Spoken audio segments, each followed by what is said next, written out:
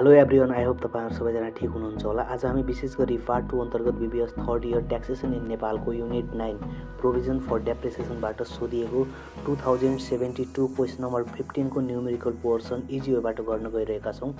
Final एक्जामको दृष्टिकोणले यो खालको क्वेशन र पार्ट 1 मा गराइएको क्वेशन अधिकांश रूपमा सोधिरहेको हुन्छ।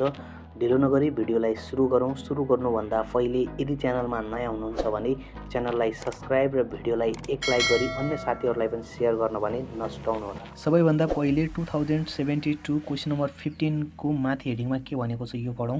Yellow company LTD provided the following details about its fixed assets under pool. Pool भनेको ग्रुप भनेको ब्लक भनेको एउटै हो, यहाँनिर नजुक्किनु होला।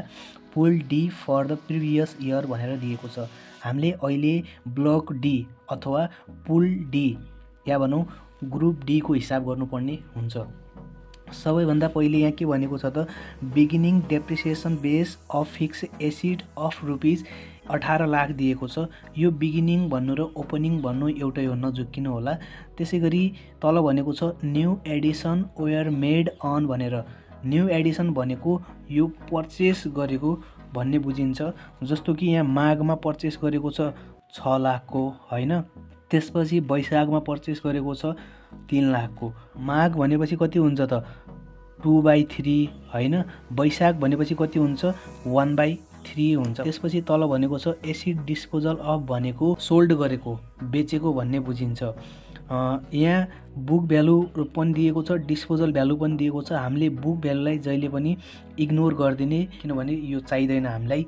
डिस्पोजल भ्यालु कति दिएको छ 1 लाख हैन, बुक भ्यालु 80,000 दिएको छ, 80,000 हामीलाई काम लाग्दैन। अब रिक्वायर्डमा के भनेको छ त amount of depreciation to be charged for the current year. पहिलो स्टेपमा हामीले के निकाल्नु पर्ने हुन्छ depreciation of amount and allowable depreciation निकाल्नु पर्ने हुन्छ।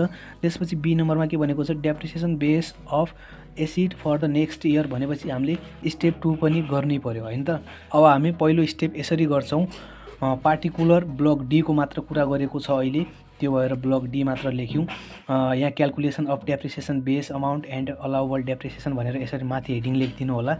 र पहिला बिगिनिङ भनेको थियो, बिगिनिङ डेप्रिसिएसन कति दिएको थियो त 18 लाख। कहिले बिगिनिङलाई ओपनिङ भन्छ भनेर पनि मैले भनेको छु बारम्बार, यो कुरा नबिर्सिनु होला। र एडिसन ड्युरिङ द इयर भनेर लेख्नु होला। यो के हो त पर्चेस गरेको भनेर मैले नेपालमा पनि लेखिदिएको छु।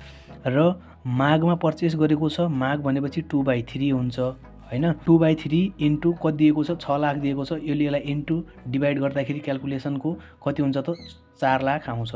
त्यसपछि वैशाखमा पर्चेस गरेको छ, वैशाख भनेपछि 1/3 भयो। 1/3 भएपछि यसलाई इन्टु गरेर डिभाइड गर्दाखेरि 1 लाख भयो हैन त। त्यसपछि lace disposal during the year लेख्ने।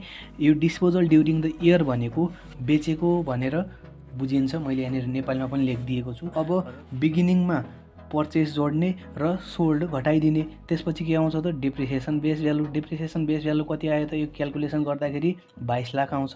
त्यसपछि यहीँनिर डेप्रिसिएसन रेट पनि लेखिदिनु होला, किनभने अलग तपाईहरुले वर्किङ नोटमा गर्दाखेरि तपाईहरुको उसै एक्जाममा टाइम पुग्दैन। यो अलग वर्किङ नोट गर्दाखेरि टाइम वेस्ट मात्र हुन्छ। त्यो भएर यहीँनिर डेप्रिसिएसन रेट भनेर कति हुन्छ ब्लक डी को 15% भनेर लेखिदिनु होला।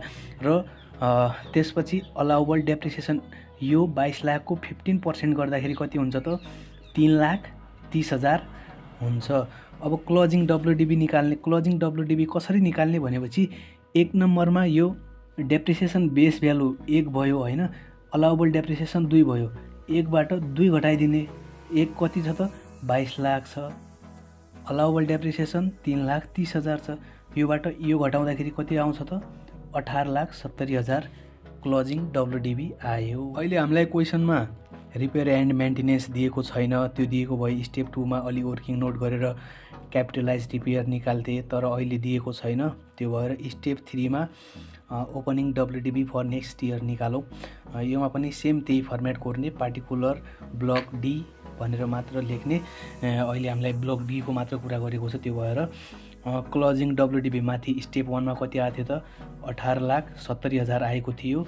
र एड के गर्ने on absorb during the year भनेर त्यहाँ माथि मार्कमा कति थियो त 2/3 थियो। हामीले 2 लाई चाहिँ 3 बनाउनु पर्ने हुन्छ। 3 बनाउनुको लागि 1 कम पुगेको थियो, त्यो भएर माथि 1 लेखेको, नपुगेको वाला यहाँ लेख्नुपर्ने हुन्छ।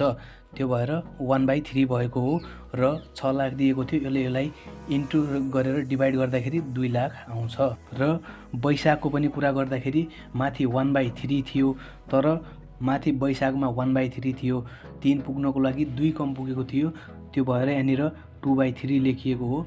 2/3 इन्टु 3 लाखको 3 लाख त्यहाँ पनि 3 लाखै लेखेको थियो, यहाँ पनि 3 लाख नै हुन्छ। यसलाई इन्टु गरेर डिभाइड गर्दाखेरि 2 लाख आउँछ। क्यापिटलाइज रिपेयर छैन, किनभने त्यहाँ रिपेयर एन्ड मेन्टेनेन्सको सिचुएसन दिएको थिएन, त्यो भएर क्यापिटलाइज रिपेयर निल हुन्छ। र लास्टमा opening WDB for next year निकाल्नु पर्ने हुन्छ। योमा जोड्नु मात्र छ। यो 18,70,000मा यो 4 लाख जोड्दाखेरि कति हुन्छ त 22,70,000 opening WDB for next year आउँछ।